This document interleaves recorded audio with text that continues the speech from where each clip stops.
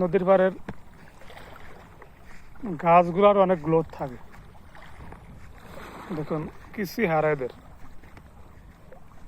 সার কীটনাশক কিছু দেওয়া হয় না, তাও দেখেন কি অবস্থা। পানি হয় এখান থেকে, কিন্তু আসা যায় না, মানে এক মানুষ পানি হয়ে যায়। মূলত এখান থেকে নৌকা চলে, আর 2-3 বছর ধরে কোনো পানি নেই। পানি কিছুদিন বাড়লো, আবার সম্ভবত কমা ধরছে পানি। পানি পার থেকে কিন্তু নেমে গেছে, পানি আর নাই। জেলেরা মাছ ধরতে যাচ্ছে।